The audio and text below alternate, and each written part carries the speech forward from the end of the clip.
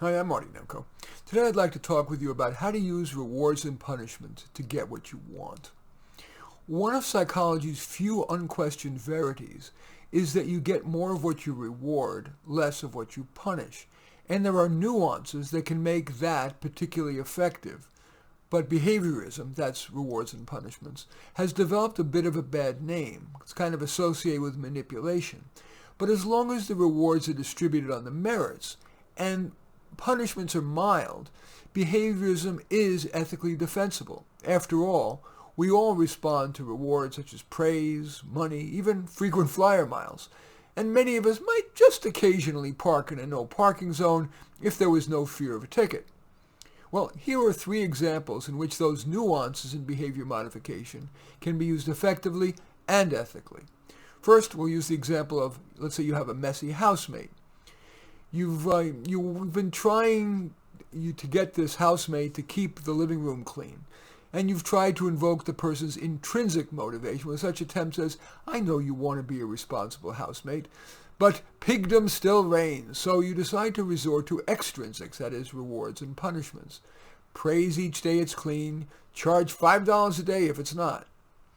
Of course, you don't want to have to remember to praise every day, charge every day.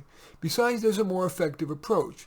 It's called variable frequency rewards and increasing intensity punishments. I'll explain, of course. You might, for example, praise the first day's clean living room. Use a praise as the first reward. If it happens on the second day, a hug, and the third, a truffle.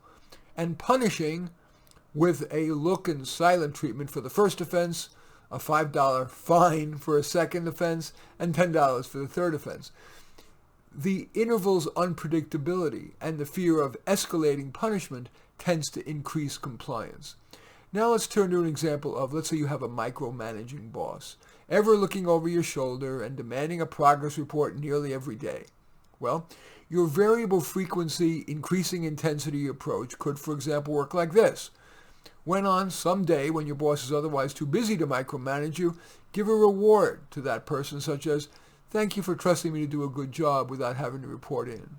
If that boss's lighter touch lasts, say, 3 days, you might write a handwritten thank you note. If it continues for a whole week, you could send such a note not only to your boss, but to your boss's boss.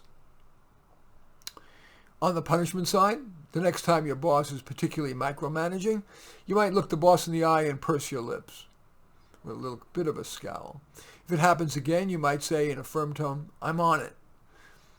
The next time your boss's micromanagement is particularly onerous, you might write a note such as, I like to think I've proven responsible, so I'd like to ask you to trust me a bit more and cut back on such close supervision.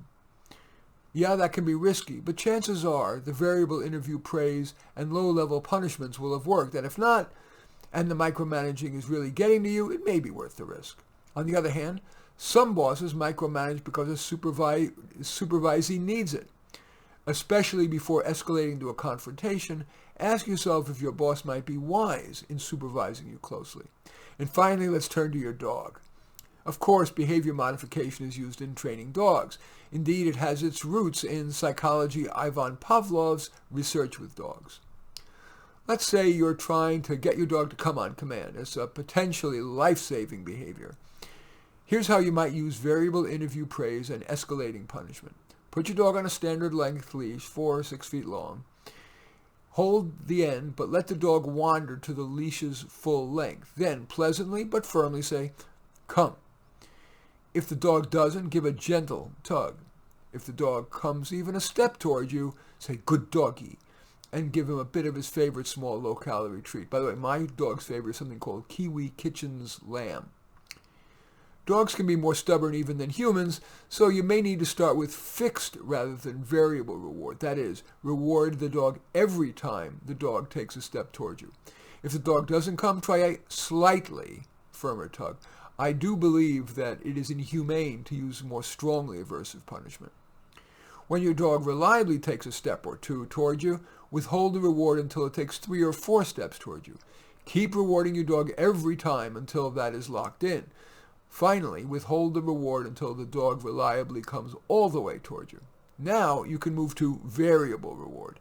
Give the treat 2 of 3 times that he comes, then 1 of 2 times, then 1 of 3. Eventually, like Pavlov's dogs, it will be conditioned to come to you just at the thought of a treat, and maybe just to please you. Repeat this process with a 20-foot leash, and finally off the leash. Devote few-minute sessions to training your dog to come, and you will have trained a behavior that could save his life. As I mentioned, behaviorism has gotten a bit of a bad name associated with manipulation.